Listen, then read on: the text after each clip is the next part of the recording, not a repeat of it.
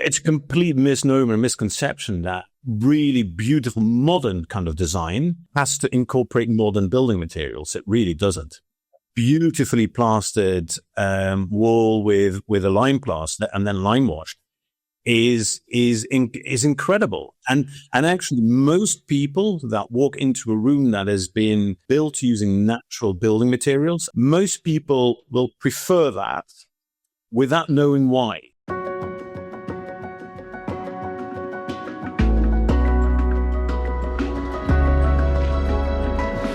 Welcome back to The Responsible Edge, the podcast exploring how to balance profit with purpose in an increasingly complex world. I'm Charlie Martin, your host and founder of TrueMark. And our article this week is titled Green Claims Guide for Decorative Paints, a piece by the British Coatings Federation, which breaks down the most common green buzzwords in paint and suggests why many of them simply don't stand up to scrutiny. And I'm absolutely thrilled that I've got a real expert in the field with me today to unpack all of this in Michiel Brouns, founder of Brouns Co, linseed paint manufacturer, historic building consultant, and author of Linseed Paint and Oil. Michiel, it's absolutely brilliant to have you on the show today. Thank you so much for giving up some of your time. Thank you so much for having me, Charlie. Appreciate it. So, Michiel, before our listeners and viewers scamper away onto various different websites and LinkedIn profiles to find out more about you and Brouns Co, can you just fill it in for our listeners and viewers and just perhaps just tell us a little bit more about the organization, what you guys are focused on trying to achieve and where you're at? Yeah, we manufacture linseed oil paint, basically to fill in a gap in the market for an historically accurate paint, because that's where my background is. So we give advice on historic building preservation, with making sure people use the right materials. And for that, one of the missing pieces was linseed paint. So that's what I manufacture. Very interesting. Okay, you just saw the opportunity, saw the gap, went for it. But we're obviously massively intrigued as to how on earth we got here. You've sort of titillated the historical building context and your background and experience. Can you just take us back before we go into your professional experience, which I'm sure we will, but I want to go back to kind of whatever that really sort of personal, human, sort of formative experiences that you can recall that really help sort of shape your view of the world and help sort of drive you to do what you've done in your career to date? Well, it starts actually with the couple of different things that run parallel and then start to intersect later on. So first of all, it's kind of just growing up in the Netherlands and recycling everything. It was literally putting out the paper and cardboard on a Saturday morning for the local community to pick it up and make some money on it. All this. We basically recycle everything. This is what I grew up with because that was the normal thing to do. Then on a completely separate note, my great-grandfather actually lived in a wattle and daub, typical kind of, in the Netherlands, you call it vakwerk or vakwerk. Which is a typical wattle and daub matchstick construction building. I see. With, the typical black and white buildings. Now, seeing that and always just absolutely loving that because it was so different from the rest of the architecture where I grew up. So I always had a real interest in that. And also growing up in Maastricht, in the south of the Netherlands, which had, now looking back, I was very lucky actually growing up there because I was exposed to so many different building styles and architectural styles because it was occupied by, it had Roman foundations, it's got Roman architecture. It was occupied by the French, the Spanish were there, the Habsburg Empire, basically the German influences there. So you basically have all of this rolled into one. And I was exposed to all of it. And just exposed to all of that at the time, I didn't probably appreciate just what a wealth of information that was in terms of, appreciating the architecture and the beauty that comes with historic buildings. I actually started my work for in the corporate world. And worked for quite a large tile manufacturer in the Netherlands. It was all architectural ceramics, so it was a very smart design, the typical Dutch kind of fairly austere very design-led kind of style, which was great, and I learned a lot.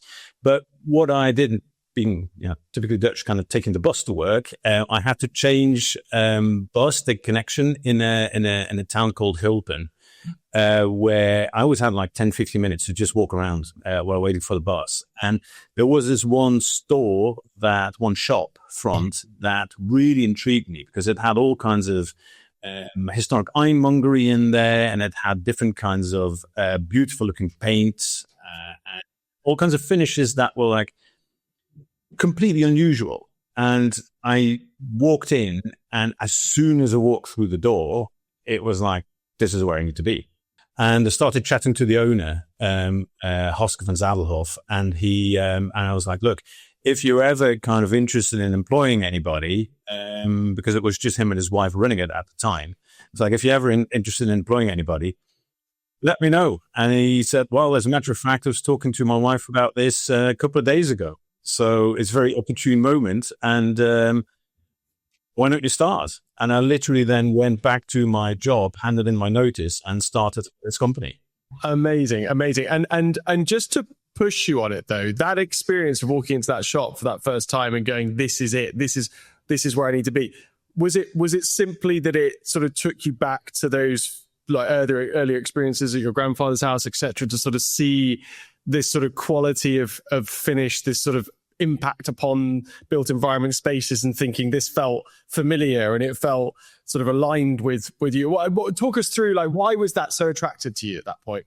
It was more visceral than that. It was something much deeper. It was because all these materials were, well, a lot of them were, so the paint and the lime washes, the lime renders, all completely natural. And I think I instinctively responded to this completely natural environment with something very deep inside me going like, this is an environment that I want to be in. It wasn't artificial. It was very tactile. Everything was on a very human level. And I do think we crave this, all of us. We, especially now, there's like a bigger increase in the whole digital world that we live in. We crave connectivity to nature, I think. And it was, I'm pretty sure it was that moment, because you had wrought iron, you had cast iron, you had the lime washes, you had linseed paint, you had all these completely natural materials that I just instinctively connected with. And do you think that your time with the tiling company that sort of preceded this, who I'm sure were quite astonished when you turned up and said, right, there's my notice, I'm off the following day or whatever it was it that kind of juxtaposition of dealing with a modern material, as you've described, in a very kind of modern design sort of context? Was it very sort of stark, the difference of that experience when you walked into that shop? Yes and no. From a design point of view, yes. But actually from a materials point of view, not so much, because the tile manufacturer, Royal Moser, and I'm happily share that name with, they were already back then, and I'm talking now, 25 years ago, I think they were the very first company to actually meet the cradle-to-cradle accreditation. Okay. Into everything being completely recyclable. So but again, I didn't see that as anything special. That was like a completely natural way to be, because that's what everybody did. So I didn't see it as anything special at the time. Now I know better. I love kind of modern design and sometimes very clinical, very clear, broad lines, but also you can combine that with really natural materials. And I think this is where it just kind of all kind of fitted really nicely for me. Do you think that there's like a preconceived idea for a lot of people that you can't match kind of natural material with kind of clean modern design? Because ultimately you sort of associate nature with a little bit more sort of less uniform, more chaos, more dirty in a way. You know what I mean? Like you do, that's certainly how I do. So do you think that is a misconception generally of people to? Yeah, completely. And that is actually and this is an interesting kind of almost like segue in today's conversation, I think. The industry knows this. And a lot of it is deliberately created. I can give some really interesting kind of examples of this, something I'm working on. But it's a complete misnomer and misconception that really beautiful modern kind of design has to incorporate modern building materials. It really doesn't. Beautifully plastered wall with a lime plaster and then lime washed is incredible. And actually most people that walk into a room that has been built using natural building materials, and take this now not just linseed paint, but on the whole, natural building materials, most people will prefer that without knowing why. They can't quite put it, but it's because usually the humidity level is different, the atmosphere is different, the acoustics are different. It is far more in line with who we are as human beings.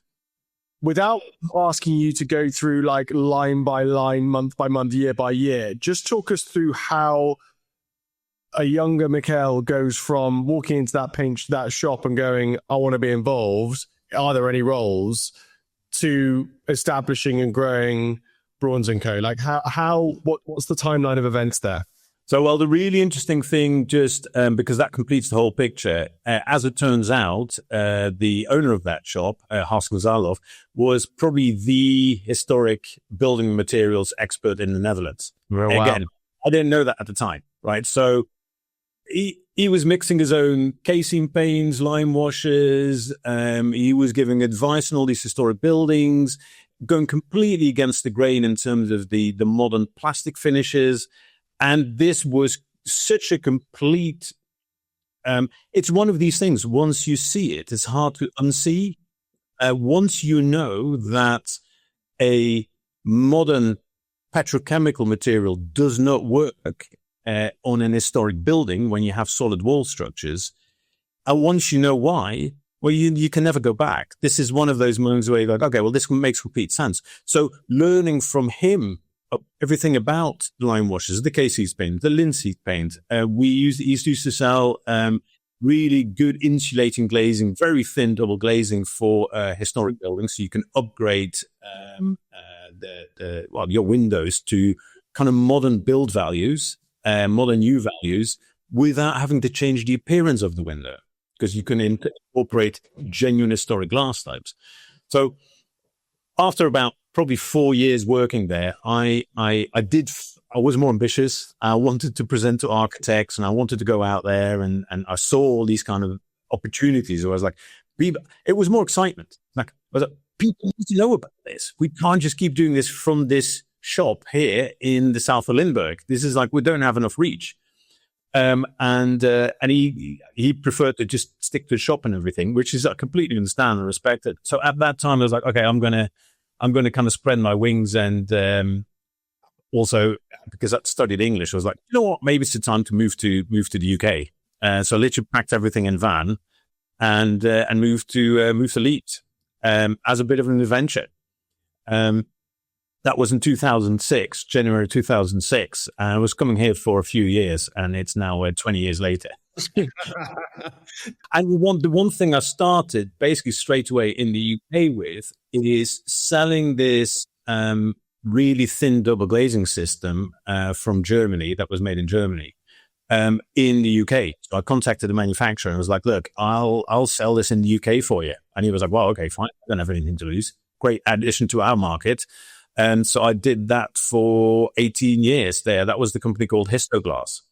And what I constantly, every time I did a presentation to preservation professionals and architects, because that was kind of my background. That's what I like doing. And people were asking me like, okay, well, we understand the whole concept of the insulating glazing, and we get that, right specification. Well, with your experience, your background, what would you recommend for paint? What is a good paint system? What is good? I was like, I use linseed paint. And I just always assumed that people would go like, oh yeah, okay, great. Yeah, we'll do that there. And instead I was met with this kind of, blank look like, linseed paint? What is that? I can't believe that these people don't know what this is. So, okay, let's educate. And then it turns out it wasn't actually readily available in a good quality. was like, okay, well, somebody has to manufacture it. So start manufacturing it. Did you always know from when you were younger that you were always destined for kind of a fairly adventurous sort of entrepreneurial experience? Was this always, it's always easy to look back, I know, but I think I've just always been wired that way. Yeah, this is not learned behavior. But I have to say, I have to really thank probably my dad more than anybody for this, because he was a school teacher, a primary school teacher, retired now, but he had this fabulous hobby or kind of habit of every morning when he just read the newspaper, if there was an interesting clipping, an interesting article, he would take a clipping. And at his school where he taught, he had all these boxes per category, if you like. So history or dinosaurs or the stars or whatever category it was. And he kept all these clippings there. So whenever it was like half term and I had to go somewhere and he was like, well, come to school with me. I would just disappear in this room where we had all these boxes and I would just open them up and just read. So having the exposure to all these kind of different clippings and different subjects and just reading about it, it just created this complete interest in all these different topics. So I've always been interested in travel, in learning about everything. So it's completely natural to just follow your instinct in that. Looking forward, and before we touch upon the article this week, what does success for the company look like? What are you trying to achieve with this? What would when it's all said and done, what would a good outcome look like for the company? A good outcome for the company would be if we can switch people over from petrochemical acrylics to natural paints. That's in our statement. That is before turnover, before anything else. That is what we try to achieve. And that is what I very much believe in and stand for. And that has always been a 5, 10, 15-year plan. And again, I think it is maybe a slight cultural difference where that long-term planning and having that goal, everything else we do now is to get to that point. So opening multiple warehouses or, increasing productivity, opening up in the US, in Europe, in Canada, wherever. This is just a means to get there, to make it available to people, to lower the threshold for people to have access to it and to use it. Do you sometimes feel like having a really simple goal, overarching goal and objective actually allows you to frame all the difficulties and heartaches, etc., that you go through in the here and now, over the course of, the next month, over the course of the next week, over the course of the next year? If you've got that really kind of simple, but sort of fairly ambitious vision statement in mind for yourself personally, it kind of allows you to run through walls. Do you get that sense? Is that why it's so important for it to be kind of simple for you, that's the ultimate outcome you're trying to achieve? It's essential. Yeah, it's essential. Especially, and this is one of these things that I hate about all these kind of influencer company gurus, and it's all about KPIs and targets, and look, we have a lot of that kind of stuff. You can get very granular, and our market analysis and all that kind of stuff is very granular and very specific. But without having that overarching, I understand that in my case, it's an idealistic aim and point to get to. But if I didn't have that, you would just get completely lost in the daily kind of complete onslaught of data, and you get complete paralysis by analysis. Just, what do you do with all of this? Where do you go? And this now kind of, we can invert it as everything we do has to serve a bigger purpose.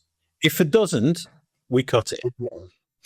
That actually rings true to a conversation I had recently with John O'Brien from Anthropy, where we were talking about how it was talking about basically busyness of organizations and how organizations basically fill themselves with countless projects, and that ultimately really good leadership is about being able to sort of allow projects to come and go and focus in on those things which are ultimately allowing you to get closer to your realized vision. And that takes more courage than the leader who holds on to, it's much easier to hold on to stuff than it is to get rid of stuff when it's perhaps not working. But let me just ask you this on having that vision. And I'm going to relate it to my own personal experience and want to understand if it relates to yours. But like sometimes, when things are difficult personally for you in doing what you're doing, as you know, with any entrepreneur that's building anything, there are dark days, there are difficult days when you think to yourself, like, God, it'd be so much easier just to get a job. Like all those sorts of questions come in. Like I know that for me, having that big, broad, and fairly idealistic like outcome in mind, it almost needs to be quite idealistic in order for it to inspire me to turn my cheek against those concerns or those whispers that are on my shoulder going, no, you can make your life so much easier. I need something to get excited about, the possibility of. Is that why having a more idealistic goal is so important? Yeah, but this sounds now like I one day sat down and thought, like, what is my idealistic kind of target? It wasn't like that. It just was like, it was so obvious. It was like, well, this is what I'm supposed to do.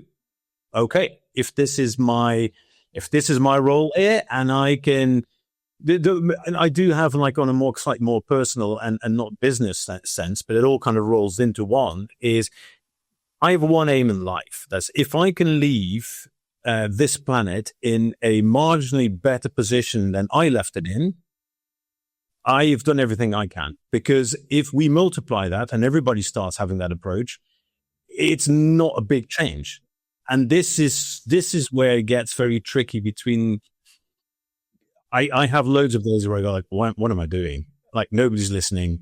Nobody cares, and it's like, it's difficult. But then actually on loads of other occasions, you go, you get an email or a comment from somebody and you're like, hang on, this is something I said like 10 years ago. There are actually people out there listening. This is actually starting to get through.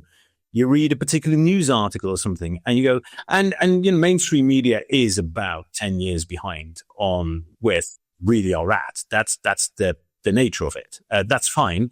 And it takes time to get there. But for me, it's about doing something for the greater good, that we genuinely leave this world in a better place than we found it in. And we can do that on an individual level. Michiel, I could carry on asking you just questions about you and your experience all day. It's fascinating. But for now, let's move forward if possible. And would you mind just introducing and summarizing the piece that we're going to discuss today, and then just picking out from it whatever you thought was most interesting? Yeah. Okay, great. So the article that you sent me is the Green Claims Guide for Decorative Paints from the British Coatings Federation. Yeah, I think it's a really interesting article for mainly for what it doesn't say, rather than what it does say. I thought you might pick that out. It's what a perfect example of flooding the zone, right? Let's not talk about the real issue, and we're flooded with all kinds of terminology, and we make it. I mean, look at it. Nice green background, green text everywhere. Nice, it's got a high cuddle factor. Put the logo from the WWF in. It's designed to throw the word vegan in and all that kind of stuff. But realistically, picking all these things, unpicking this, and it's not that hard. First of all, the reason why they wrote this is because I'm a member of the ASBP, and I sit in their kind of natural paint group, where manufacturers of natural paints kind of come together, and we discuss how we can hopefully kind of work together against the big petrochemical budget and the lobby, because that is what it is. We basically challenged the BCF, and in really good traditional petrochemical industry standards, they then come out with this kind of communique. And this makes me this kind of communication makes me kind of chuckle because of just how ludicrous it is, when at the same time makes me really angry, because they clearly do this because they can get away with it. And they generally have this kind of way of communicating. And you will appreciate this with everything that you do. I mean, look at how it's designed. It's everything that if you want to design something to hide facts or to kind of misconstrue them, this is how you would do it. You would use all these kind of terms. You would use the colors, the fonts, it's like a perfect study. But the main thing is that they don't talk about is water-based, right? Where's the term water-based? Because that is what the claim was on pretty much all of the paints nowadays. And they're not water-based. There's still typically 37% of all paints on the market at the moment, 37% of them contain liquid plastic polymers. And then they slap a label on saying water-based. No, you can add some water to it to stir into it to thin it, or you can clean your tools with water. Or you can clean tools with water if you use other products. So genuine water-based paints like a lime wash or a casein paint, they should be called water-based. Everything else is just greenwashing. I think it's fascinating that what you described is that this is a greenwashing piece produced about green claims within the paint sector, which there's just so much, there's a lot going on there. And there's some real irony at play. Just talk us through, you mentioned the ASBP. If you wouldn't mind, if we can speak openly about it, so you guys sort of produced a case that you then took to the BCF, who then responded by essentially saying, right, that's a problem that's been highlighted. We need to, ensure that the status quo and the support of our biggest oil-based paints are looked after. So what we'll do is we'll appease this issue by producing this sorts of material. Have I mischaracterized the situation, or is that essentially what's happened here? Well, that's pretty much spot on. Yeah. So one of the people who's been really instrumental in this as well is Edward Bulmer. He's kind of been leading the way on this for quite a few years. I love his work and what he does and stands for. So I know that he's had a few discussions directly with the BCF as well about this. And I do remember very clearly, because we had a presentation by Paola Paruta, who did a study for the EA, which is a fascinating study in terms of how much paint causes plastics to be in our waterways.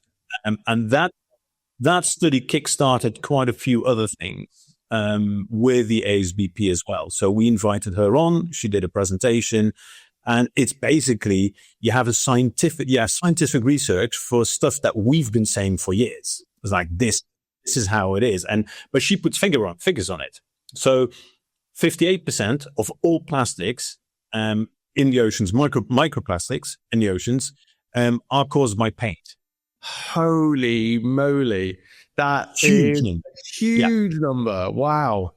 So in good old-fashioned, PR communication from the BCF, they say, that number is not correct. So my pushback would be okay, I understand. Fine, if you don't agree with that number. So what would you like the number to be? 37? 25? What's an acceptable number to you? And obviously they can never respond to that, but also they can't change that setup. They're set up to follow this through. So either that industry breaks at some point, or we will always have these microplastics. There is this is a binary choice. I mean, I'm sold. I'm totally sold on the value and the need for the wider adoption of natural paint solutions. Let's just broadly, I know I'm going to get my terminology wrong, but essentially, truly natural paint solutions. Like, how big is the fight? Like, what are we up against? And what progress has been made in that fight? Could you just give us a bit of a... Talk about a proper David and Goliath fight here. There's no comparison. And because people think about, when we talk about the paint industry, they probably have an image of their preferred kind of paint brands that they would get at their local DIY store, hardware store, whatever it is. That's not who they are. It's the petrochemical manufacturers that essentially run and own the paint brands. These are the same people who are very similar to the people who are behind ultra-processed food. And I take a lot of keys from that industry as well. And you can see the same struggle going on, the same fight going on, is people like, Professor Van Tollecken basically pushing back and go like, we shouldn't be having all this ultra processed food because of all the things that come with it. There's a very similar thing in the kind of certainly the paint, but in the larger construction world is all these petrochemical products. We know we shouldn't be using them, but you're up against like multi-billion pound industries here. They're just one of those large manufacturers. I mean, their market budget probably is about 5 times our annual turnover. This is what you're up against. So they basically can just throw money at it by doing stuff like this, flooding the zone and bringing out basically incorrect statements and incorrect messaging. When you just explained to me that, essentially you've got a couple of options when it comes to, the paint that you choose to use in your construction project. And one is to go down the sort of the vast majority of the sector route and use one of these oil, or the petrochemicals based paints, or I can go down natural paint solution. I mean, if all other things are equal, it's the equivalent for me of buying organic versus buying non-organic food. It just seems to make sense. Is it breaking through as a message to just go, there are lots of people who are moving away from, concerned about the use of glyphosate and the use of various different chemicals on their food and going, I'll only ever eat organic. Is the same mentality not kicking in when it comes to use of paint? Yeah, we're finally... It is that. Almost like a bit of an overnight success. Obviously, that have been, people like myself, Edward Bull, will be working on this for like 15, 20 years. Getting away to keep going. You're like, nobody's listening. It's just, I'm banging my head against a brick wall. And then it's like what we mentioned earlier. And all of a sudden, you get like an influx of interest from, we ship to most countries in the world now. This is really, and it's people who specifically search out natural materials. They want to either look after their families and go like, why would I put plastics on my wall and be in touch with those all the time, breathe them either through off-gassing or just touching them or whatever it is. So it's either their individual, their family health, or it's the health of the building. Buildings that have stood for 400 or 500 years all of a sudden started rotting and crumbling because of the plastic materials that were put on. So a lot of people go like, yeah, that's probably not the way forward if we want to preserve our cultural heritage. So there is that element. Or people who take the view is like, I don't want to pollute the ocean. Okay, so all of a sudden, from all these different kind of angles, people start to come to products like linseed paint, because it's the logical step. And then the big selling point for me is, which is beautiful. It's not a lab tested product. I haven't invented this. This has been around for millennia. It works. We've got the track record. And then the infuriating thing sometimes is that you still get architects who go, completely understand it, love it. Where's your EPD? Without it, we can't tick off this, and this. And you go like, we don't have an EPD because it costs 10 grand for a color to do. Why we would do that if I have all the other evidence that it's right? And so there is still so much to do. So I love it. I mean, it's the equivalent of going, well, I don't have an EPD, but I've got like thousands of years of human history that I'm more than happy to take you through a historical kind of lesson on the use of paint throughout human history. Would that suffice? And they'll probably go, no, I want to see the EPD. Yes, that's exactly it. Yeah. It's wild, isn't it? It's wild. I just want to take you back to I thought it was fascinating when you were talking through the key drivers, if you like, for somebody that's looking to use his paint. And you started with like health and is it VCs that people talk about, or VOCs, isn't it? Zero VOCs that you get when you use natural paint. That's a key concern. Yeah, and this is also in the in the document as well. They refer to whether paint has VOCs, no VOCs, and you can phrase this in a couple of different ways. But let's go back to first principles on this, like a very simple starting point. Pretty much everything has VOCs, but you have natural VOCs, naturally occurring VOCs, and those produced by big manufacturing petrochemicals in particular. Basically, fossil fuel derivatives, all that kind of stuff. So what the BCF is kind of really trying to do quite and very often successfully is to kind of merge them. And so, no paint is free of VOC, so we can't make that claim. True. So our paint is not VOC free. It has trace elements of VOC. But what are we talking about here? Are we talking trace elements of VOC compared to petrochemically derived or originated VOCs that come from heavy industry? That's what we should be focusing on. So, yeah, linseed paint is a plant-based. Is it plant-based? Oh, it's flaxseed, right? We press the flaxseed. It's very low energy, very low embodied energy, and it's just a vegetable oil. Going back to your three kind of drivers, if you like, I want to ask you a broader kind of sustainability question. The first driver was very much around kind of health. The second driver was very much around health. It's all building preservation and therefore our cultural heritage, right? I mean, the cultural heritage, which kind of brings us back to your experience of your grandfather's house, which I'm kind of seeing connections to. And then the final point was around the pollution element, the wider, broader pollution element.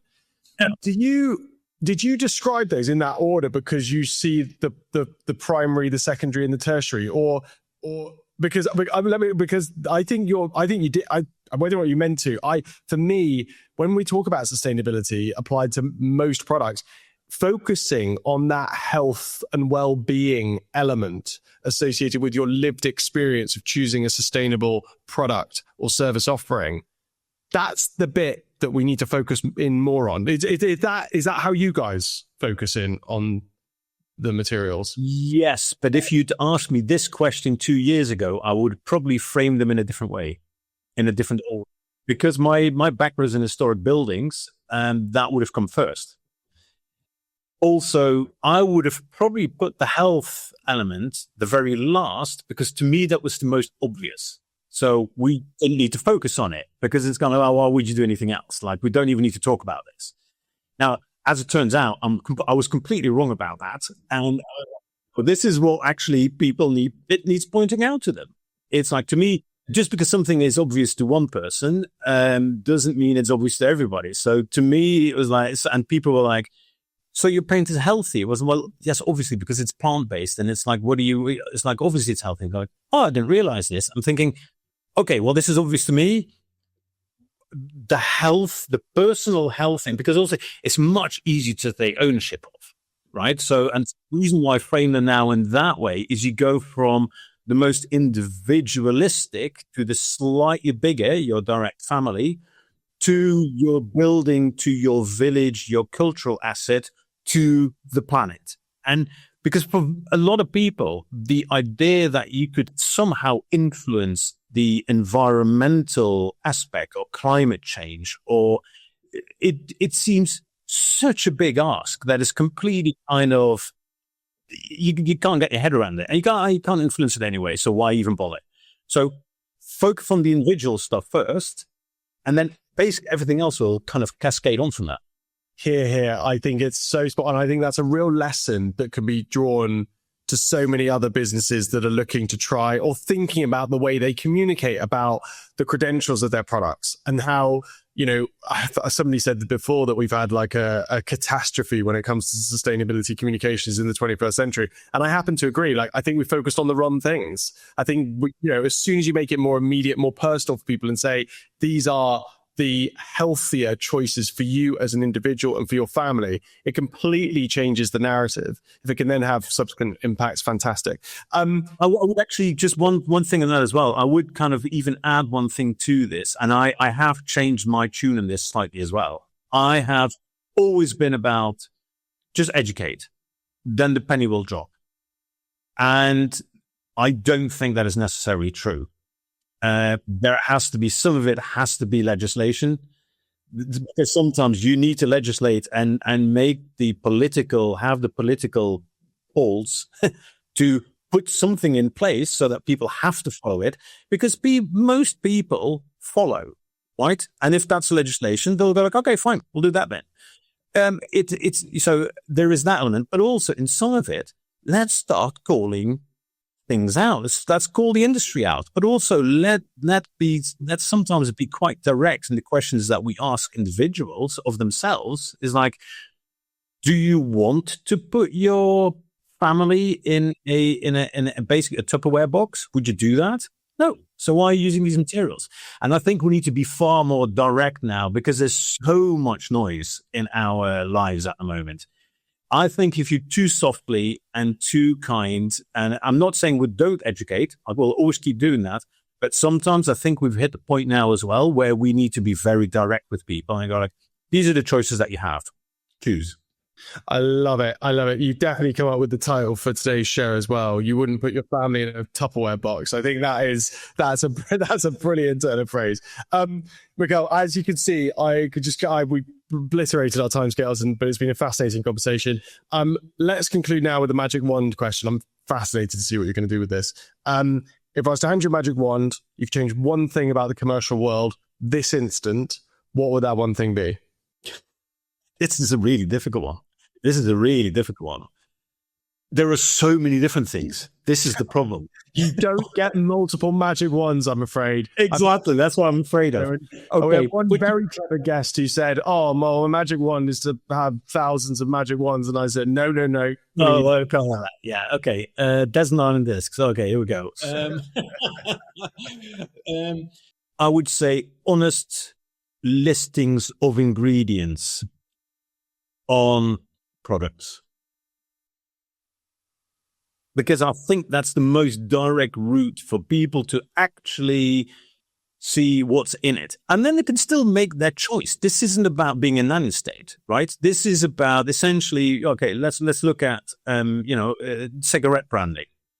Okay, can't be branded, can't be sold in a particular way. There has to be warnings on the packet. If you still want to buy cigarettes and you smoke them, here you go. Off you go. Your own choice. You do with that whatever you want. Why are we not having something similar in our food, in our building materials, in our textiles, in basically everything that surrounds our lives? Absolutely spot on. I think uniformity in the way that we can go about judging one offering against another, it just seems like it's going to be one of those things that we might look back on in 20, 30, 40, 50 years time and be like, do you remember that time when, and we refer to it as the Wild West of comms, where it was like people could just say essentially anything packaged up in any way, and there was no sort of agreed uniform presentation of to allow you to compare apples with apples, and people will just think that's astonishing. Michiel, I know that was a whistle-stop tour, but that's been a brilliant conversation. I've really enjoyed myself. Thank you so much for coming on today and sharing some of your insight with us.